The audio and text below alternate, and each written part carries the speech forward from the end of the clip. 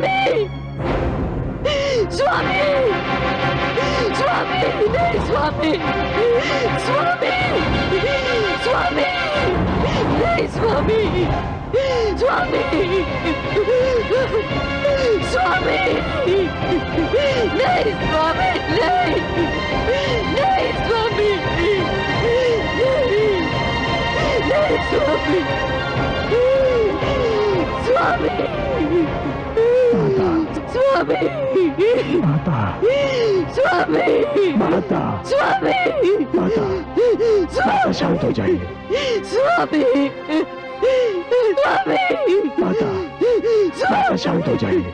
स्वामी, नहीं संभालिए माता अपने आप को। शांत हो जाइए माता, शांत हो जाइए माता, शांत हो जाइए माता, शांत हो जाइए माता, अपने आप को संभालिए माता। सर्वनाश हो उनका जिन्होंने मेरा सुहाग लूटा, वंश न रहे उनका जिन्होंने मेरे स्वामी के प्राण लूटे, संसार में नाम न रहे उनका जिन्होंने ऐसी कायरता की, ऐसी माता, ऐसी कायरता। माता, स्वामी, माता, स्वामी, नहीं स्वामी, नहीं। माता शांत हो जाइए, शांत हो जाइए माता, शांत हो जाइए माता, माता।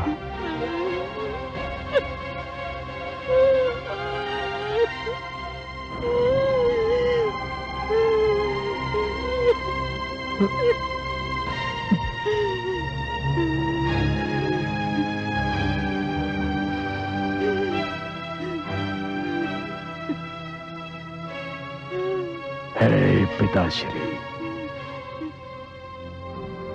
मैंने आपसे कहा था पिताश्री कि आतंक के समक्ष सिर झुकाना आतंक को औचित्य प्रदान करना होता है। जो लोग अहिंसा को कायरता समझते हैं, उन्हें यह विश्वास दिलाना आवश्यक होता है पिताश्री कि अहिंसा व्यक्ति को कायर नहीं बनाती। आपने मेरा तर्क समझा पिताश्री, आपने मेरा तर्क समझा, परंतु तब तक बहुत देर हो चुकी थी। हे माता,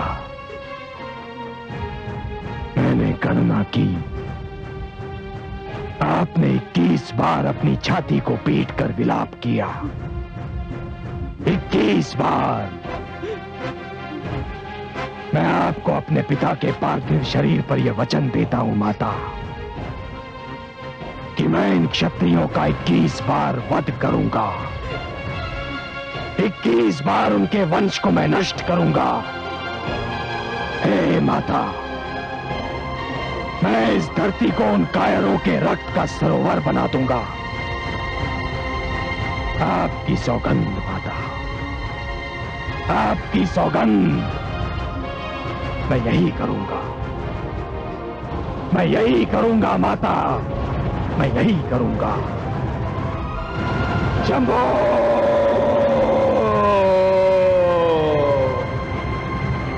मैं शंभो।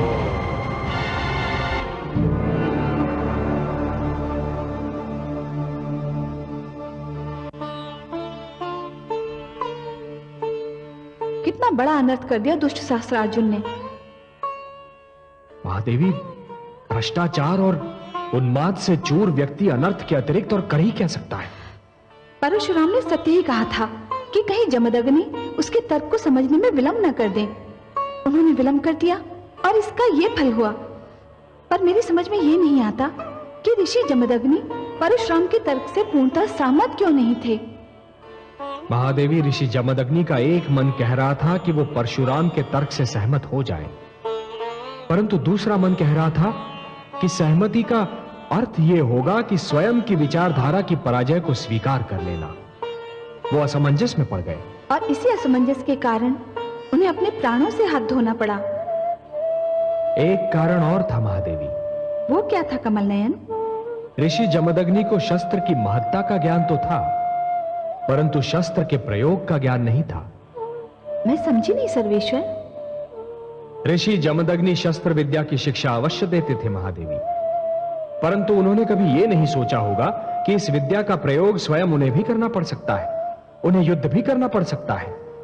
इसका फल यह हुआ महादेवी कि जब युद्ध का समय आया तो शस्त्र विद्या में उनकी निपुणता उनके किसी काम नहीं आई।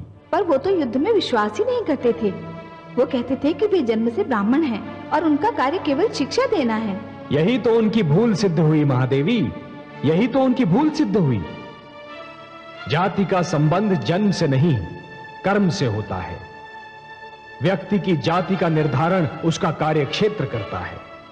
यदि कार्य क्षेत्र परिवर्तित होता है तो व्यक्ति की जाति भी परिवर्तित होती है। आप सत्य कहते हैं।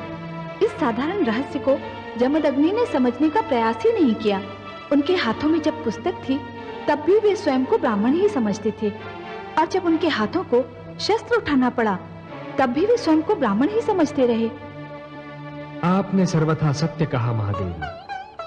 महादेवी, जिस प्रकार अग्नि जब रसोई में होती है तो उसका कार्य कुछ और होता है, परंतु जब वो अग्नि दीपक की लौ में सिमट जाती है तब कुछ और होता है। उसी प्रकार एक व्यक्ति को भी विभिन्न क्षेत्रों में भिन्न कार्यों में क्षमता उत्पन्न करनी चाहिए। यही तो वास्तविक ज्ञान होता है। ऋषि जमदग्नि को यह ज्ञात होना चाहिए था महादेवी कि शत्रु छल का प्रयोग भी कर सकता है। ये सब सत्य है कमल नयन, किंतु सहस्त्रार्जुन के पुत्रों ने उन्हें छल से मार दिया। वो तो घोर कायरता थी महादेवी, घोर कायरता। सहस्त्रार्जुन और उसके पुत्रों को इसका दंड अवश्य मिलेगा, कठोर दंड मिलेगा।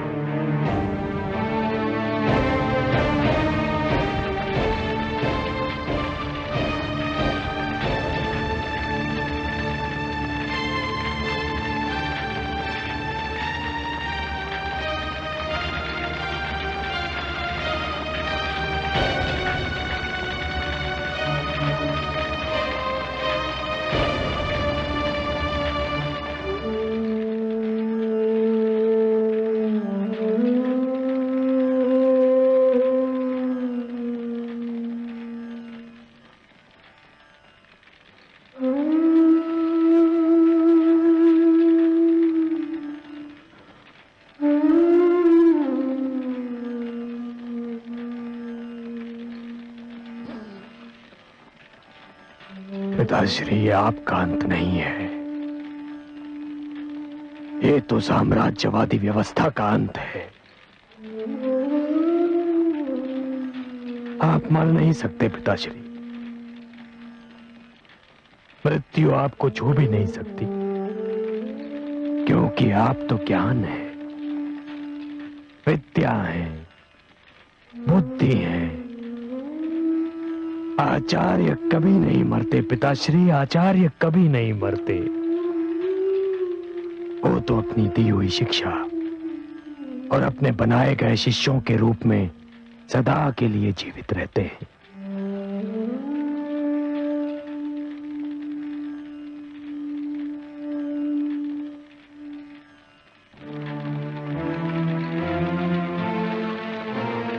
आज हमें यह प्रण करना है कि अन्याय के विरुद्ध संघर्ष में कोई पीछे नहीं हटेगा।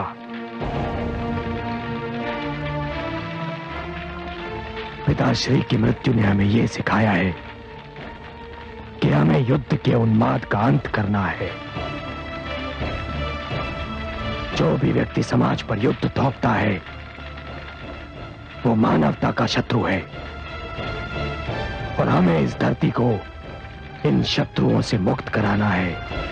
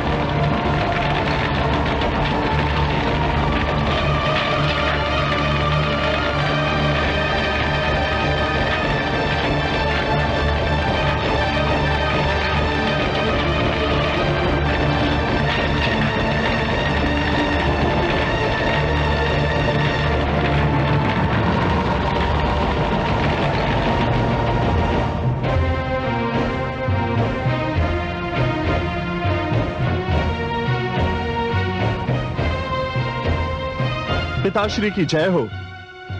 पिताश्री, आपको ये सुनकर प्रसन्नता होगी कि हमने आपके शत्रु को मृत्यु के घाट उतार दिया। किस शत्रु के विषय की बात कर रहे हो पुत्र? ऋषि जमदग्नि के विषय में। क्या? हाँ पिताश्री, जमदग्नि ने आपके साथ छल किया था और हमने उसे उसका दंड दे दिया है। ऋषि जमदग्नि ने छल किया था? क्या छल किया था? उन्होंने सुशीला के स्थान पर आपको कोई साधारण गऊ दे दी थी। बुद्धि भ्रष्ट हो गई है तुम्हारी। वो सुशीला ही थी। किंतु उसने तो हमारी कोई इच्छा पूरी नहीं की। मूर्खों, पुत्र पिता की सहायता करते हैं, परंतु तुमने तो एक बहुत बड़ा संकट मेरे द्वार पर लाकर खड़ा कर दिया है।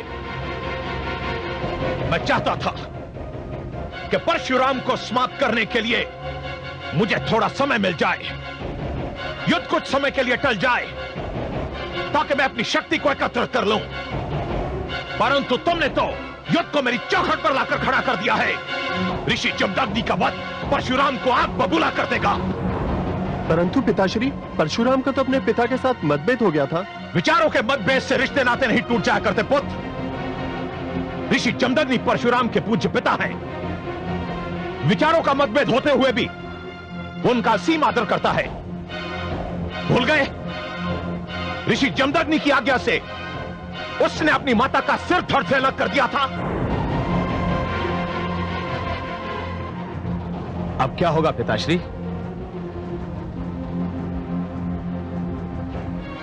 मुझे सोचने दो, मैं एकांत चाहता हूं। प्रणाम। प्रणाम पिताश्री।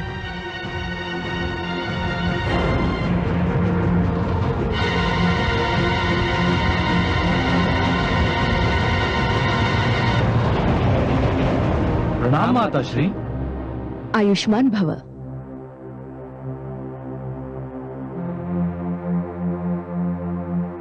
क्या बात है स्वामी, आप बहुत चिंतित लग रहे हैं। बहुत बड़ा अनर्थ हो गया महारानी। हमारे पुत्रों के हाथों ऋषि जमदग्नि का वध हो गया है। इसका तो बहुत भयंकर परिणाम हो सकता है। तो मैं क्या कर सकता हूं?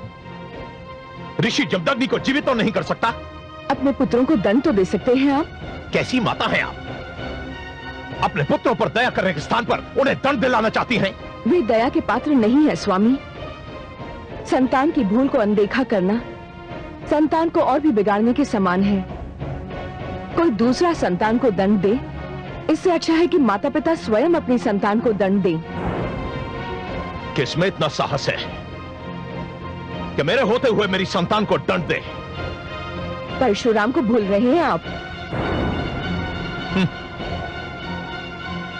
उसमें इतना साहस कहां कि वो मेरे सम्मुख आए। वो आपके सम्मुख आ चुका है स्वामी। उस समय मैं तैयार नहीं था और अब वो पहले से अधिक तैयार है। आप परशुराम से अत्यधिक प्रभावित दिख पड़ती है महारानी। जब वो पहली बार मेरे सामने आया था तब मैंने उसे पुत्र कहकर पुकारा था। तो फिर उसी पुत्र की शरण में क्यों नहीं चली जाती आप? आपका परामर्श अनुचित नहीं है।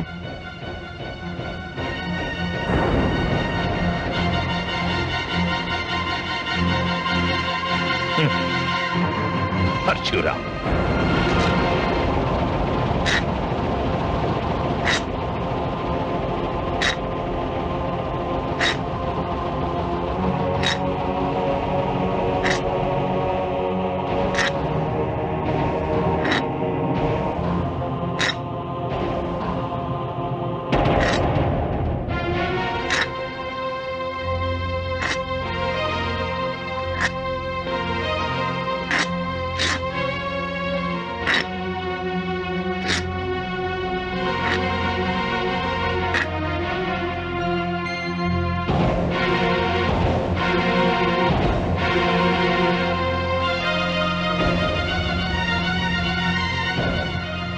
महारानी मृण्मयी, आप?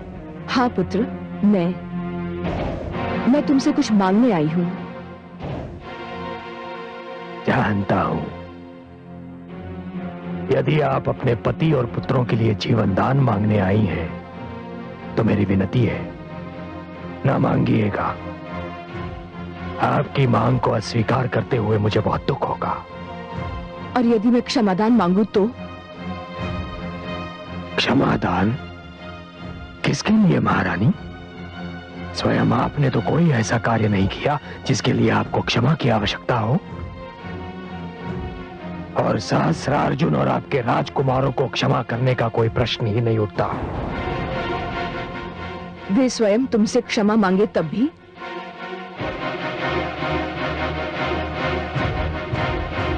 तो इसका अर्थ ये है कि निर्मम हत्याओं की ये श्रृंखला कभी नहीं टूटेगी।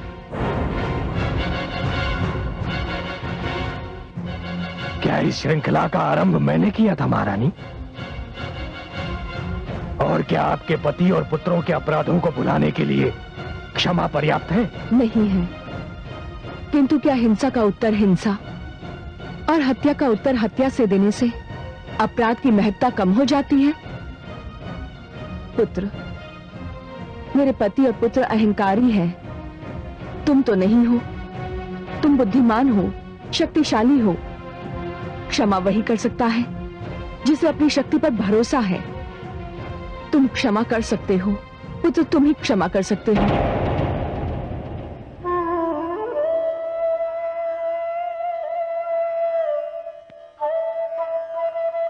महारानी,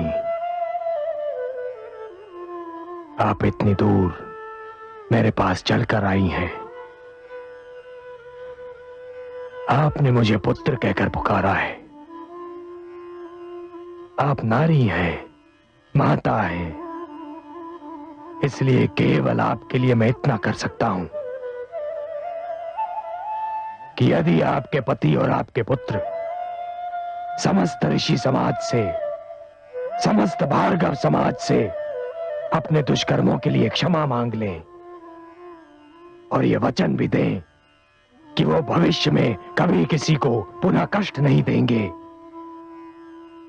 तो महारानी मैं स्वयं अपना दुख भूलकर उन्हें क्षमा कर सकता हूं।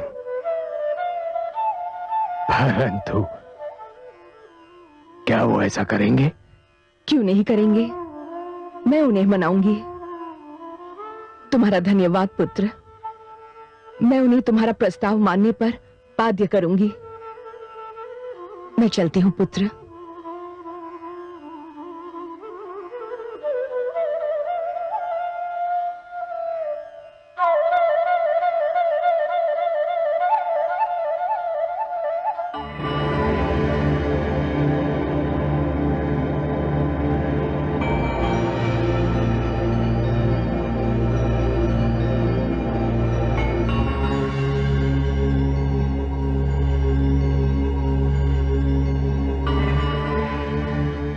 महारानी, मिलाई अपने पुत्र से? हाँ स्वामी, न केवल मिल आई बल्कि एक शुभ संदेश लेकर लौटी हूँ। शुभ संदेश? हाँ स्वामी, बहुत शुभ संदेश। परशुराम संधि करने को तैयार हो गया है। क्या? मैं सत्य कह रही हूँ स्वामी। परशुराम ने कहा है कि युद्ध रुक सकता है, संधि हो सकती है। तो मुझे क्या करना होगा? कुछ अधिक नहीं, केवल ऋषि और भार्गव समाज से अपने उन कर्मों की क्षमा मांगनी पड़ेगी जिनके कारण ऋषियों, आचार्यों और विद्यार्थियों को कष्ट पहुंचा है। क्या? हाँ स्वामी, परशुराम ने यही कहा है कि यदि आप क्षमा मांग लेंगे तो वो आपको क्षमा कर देगा। महारानी, मस्तिष्क तो निर्भर गया आपका। मैं क्षमा मांगू? सम्राट शस्त्रार्जुन क्षमा मांगे? वो सम्राट शस्त्रार्जुन जिसने इतिहास में पहली बार क्षत्रिय शक्ति की प्रभुसत्ता स्थापित की है, क्षत्रिय धर्म को पालन करने का सर्वोच्च नियम बना दिया है, अपने यश की पताका चारों दिशाओं में फैला दिया है। क्षत्रियों के सिर झुकाने के इस प्रयास को शुभ संदेश कहती हैं आप? महाराज, शांत होकर सोचिए। ऋषियों के विरुद्ध आपका क्रोध आपकी निजी समस्या थी जिसे आपने जातिवादिता के संघर्ष में परिवर्तित कर दिया। कहना क्या चाहती हैं आप? स्वामी, आपने स्वार्थ और निजहित के लिए जो कुछ भी किया वो आने वाली पीढ़ियों के लिए अभिशाप बन सकता है। जातिवाद का रोग यदि समाज के रक्त में घुल गया तो इसके परिणाम बहुत भयंकर हो सकते हैं। आप भविष्य से खिलवाड़ कर रहे हैं स्वामी। आप अकारणीय भविष्य की चिंता किए जा रही हैं महारानी। हम वर्तमान में जीते हैं। मुझे भविष्य की चिंता है क्योंकि मैं एक माता हूं और जानती हूं कि हम और आप वर्तमान हैं, किंतु हमारे पुत्र भविष्य हैं और इस भविष्य को मैं बहुत बड़े संकट में देख रही हूं। क्या देख रही हैं आप?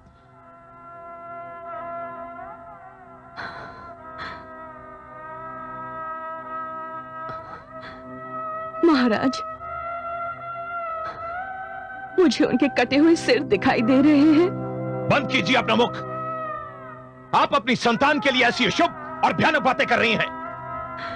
नहीं स्वामी, मैं चाहती हूं कि मैं जो कुछ भी देख रही हूं वो झूठ हो, परंतु मैं जानती हूं कि सत्य है। ये सब मिथ्या है, ये सब झूठ है। आप झूठ कह रही हैं। ऐसा कदापि नहीं हो सकता। आप असत्य बोल रही हैं। और यदि ये सत्य है तो हे ईश्वर, मुझे अभी इसी क्षण इस धरती से उठा ले, क्योंकि मैं अपने पुत्रों का ये परिणाम नहीं देख पाऊंगी। उठा ले प्रभु, मुझे उठा ले।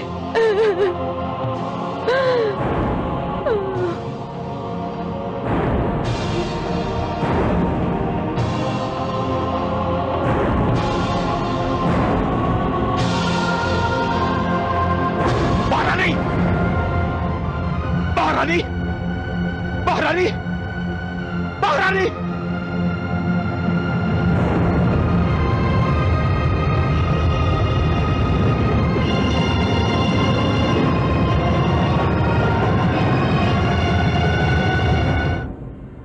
कमल नयन, संसार में ये क्या हो रहा है?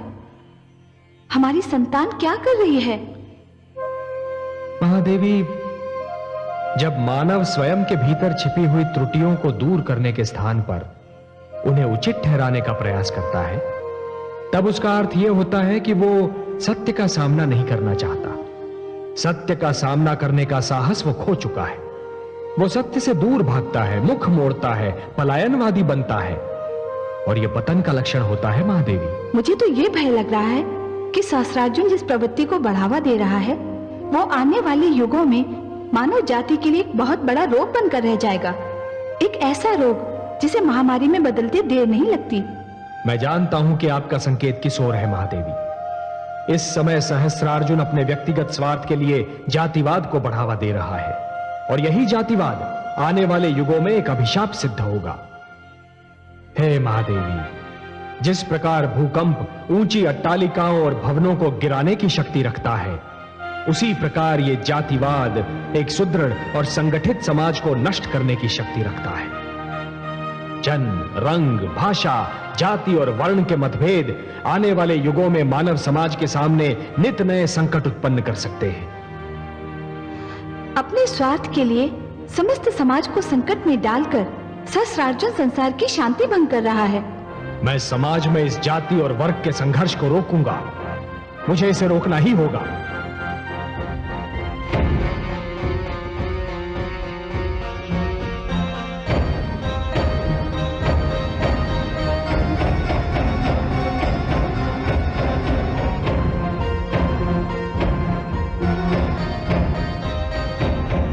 क्षत्रिय वीरों और मित्रों, क्षत्रिय समाज पर आज तक ऐसा संकट कभी नहीं आया। हमारा अस्तित्व संकट में पड़ गया है। भारकों ने हमारे विरुद्ध संगठित होकर क्षत्रियों का अंत करने का निश्चय किया है। ब्राह्मण आचार्य बनने के स्थान पर शासक बनना चाहते हैं। महाराज, मैं समस्त 21 क्षत्रिय राजाओं की ओर से आपको यह अधिकार देता हूं कि आप इस परिस्थिति से निपटने का ढंग ढूंढिए, और आप जो भी निर्णय लेंगे वो हम सबको स्वीकार होगा। धन्यवाद मित्रों, आपने मुझ पर जो विश्वास प्रकट किया है, मैं उसका आभारी हूं। इस संकट से निपटने का एक ही उपाय है हम एक साथ मिलकर रहें, एक साथ युद्ध करें। भार्गव संगठन का उत्तर केवल क्षत्रिय एकता है। महाराज, हमारी सेनाएं और हमारे कोष इस एकता के लिए आपके सम्मुख प्रस्तुत हैं। हम सर्वसम्मति से आपको अपना नायक मानते हैं। महाराज सहस्त्रार्जुन की, क्षत्रिय एकता की, महाराज सहस्त्रार्जुन की, क्षत्रिय एकता की, महाराज सहस्त्रार्जुन की, क्षत्रिय एकता की, महाराज सहस्त्रार्जुन की, क्षत्रिय एकता की।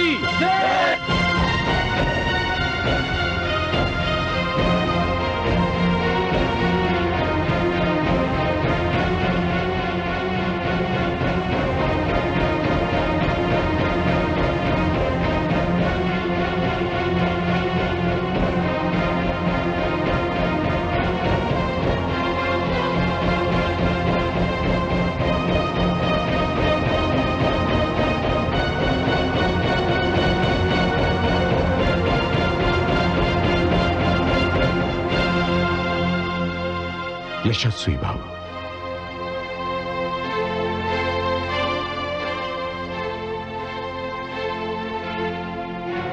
वत्स परशुराम, तुम्हारे पिता ऋषि जमदग्नि की हत्या से ऋषि समाज को बहुत बड़ा आघात पहुंचा है, परंतु हम मात्र तुम्हारे पिता की हत्या पर शोक व्यक्त करने नहीं आए, अपितु तुम्हें यह बताने आए हैं कि यद्यपि हमें जातिवाद से घृणा है, परंतु जिस प्रकार सहस्त्रार्जुन अपने स्वार्थ की सिद्धि के लिए क्षत्रियों को भ्रमित करके आश्रमों को नष्ट करने का प्रयत्न कर रहा है, हमारे समक्ष इसके अतिरिक्त और कोई उपाय नहीं है कि हम उसकी धृष्टता का प्रत्युत्तर दें। हमने निर्णय किया है कि आप भार्गवों को संगठित करने का जो कार्य कर रहे हैं उसमें आपको सहयोग दिया जाए। मैं आप सबका आभारी हूं। वत्स, तुमने नवयुवकों में एक नई शक्ति, नई स्फूर्ति भर दी है। हम तुम्हें धन, सेना या किसी अन्य सामग्री की कमी नहीं होने देंगे। हम सहस्त्रार्जुन का सामना करने के लिए भलीभांति तैयार हैं। मैं पुनः एक बार आप सबका आभार प्रकट करता हूं। वत्स परशुराम, तुम्हारे पिता ऋषि जमदग्नि की सहस्त्रार्जुन द्वारा जघन्य हत्या मात्र तुम्हारे पिता की हत्या नहीं है, अपितु समस्त ऋषि मुनियों के मान सम्मान की हत्या है, और हम सब इसका घोर विरोध करते हैं। युद्ध की घोषणा करो वत्स।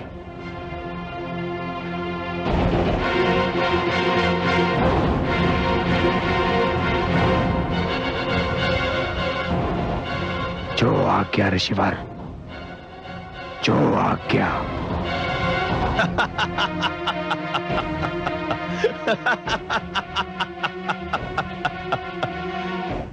यह भी उत्तम हुआ। अब कोई भी हम पर दोष नहीं धरेगा कि युद्ध का आरंभ हमने किया। हमारी सूचना के अनुसार परशुराम कभी भी हमारी राजधानी पर आक्रमण कर सकता है। महाराज, क्या यह उत्तम नहीं होगा कि हम परशुराम को यहां पहुंचने ही ना दे, उसे यहां आने से पहले ही रोक दे? नहीं, उसे आने दीजिए। सेनापति। जी महाराज। हमारे राजकुमारों को सूचित कर दिया जाए कि कमर कस ले, आक्रमण किसी भी क्षण हो सकता है। जो आज्ञा महाराज।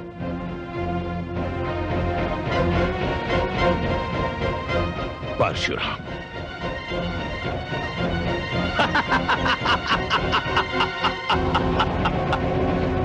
परशुराम। 21 क्षत्रिय नरेशों की एकता के उपरांत अब पिताश्री की शक्ति और भी बढ़ गई है। किंतु मुझे संदेह है। क्यों? क्योंकि पिताश्री तो यूं भी कुछ कम शक्तिशाली नहीं थे।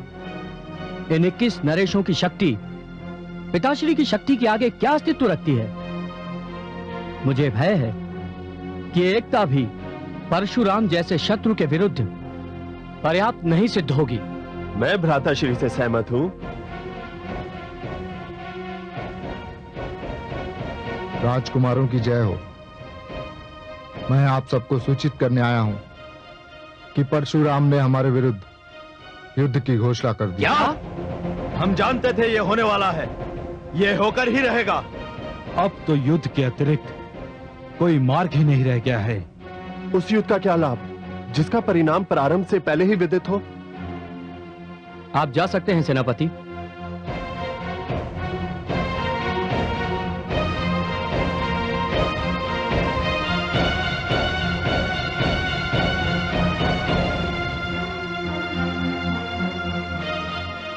क्या परशुराम को रोकने का कोई उपाय नहीं है? रोकने का तो कोई उपाय नहीं है,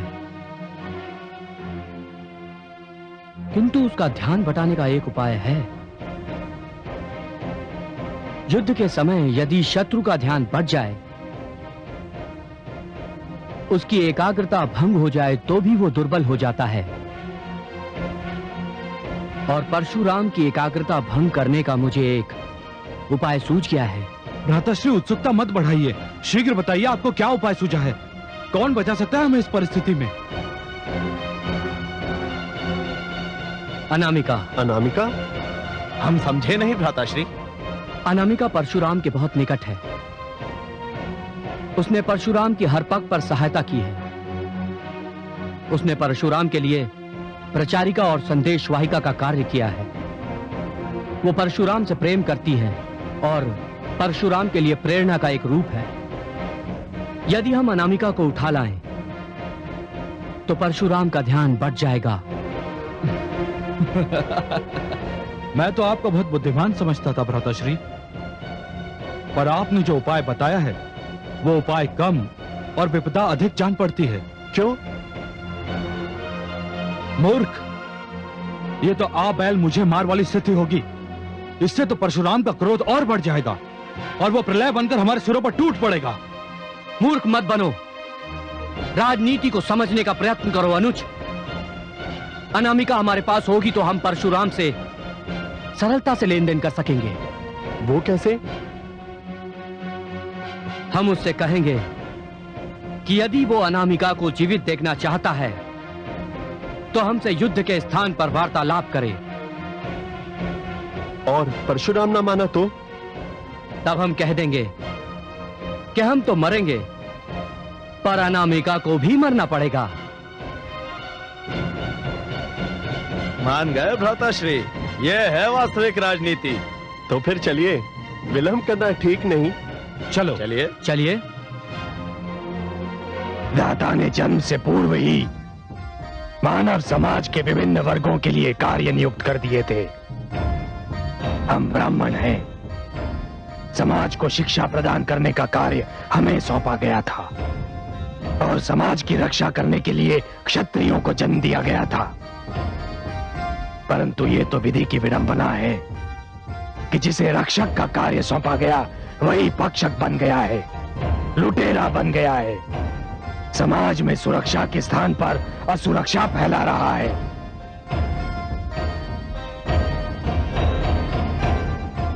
जिन हाथों में पुस्तक होनी चाहिए थी, आज उन हाथों में खड्ग है। जो हाथ आशीर्वाद देने के लिए बने थे, यदि आज उन हाथों में शस्त्र दिखाई दे रहे हैं तो इसमें हमारा कोई दोष नहीं है। हे शिव शंभो, ये तो समस्त संसार जानता है कि हमें ऐसा करने पर विवश कर दिया गया है।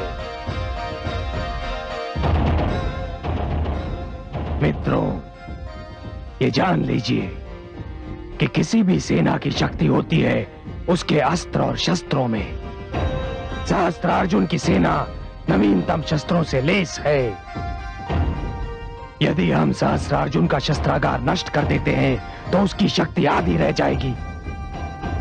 मित्रों, हम सहस्त्रार्जुन के शस्त्रागार पर आक्रमण करेंगे, उसके समस्त शस्त्रों को लूट लेंगे और उसके शस्त्रागार को फूंक देंगे। हर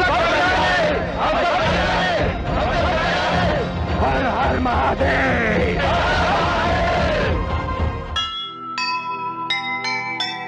सत्य अहिंसा धर्म से जो लेगा मुख मोड़,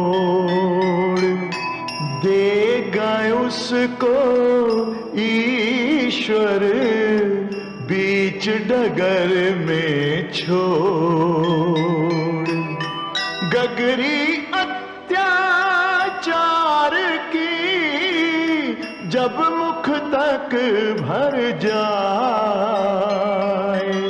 समझो वो दिन है निकट जिस दिन होगा न्याय, जिस दिन हो